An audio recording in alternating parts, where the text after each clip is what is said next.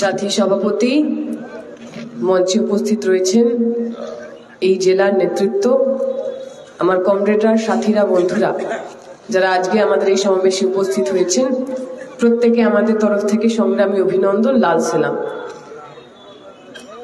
বেশ কদিন ধরে আমার শরীরটা ঠিক নেই, কখনো কাশি হচ্ছে, কখনো আক্কেল দাঁত উঠছে, কখনো গলায় ব্যথা, গিলতে পারছি না, ইত্যাদি ইত্যাদি।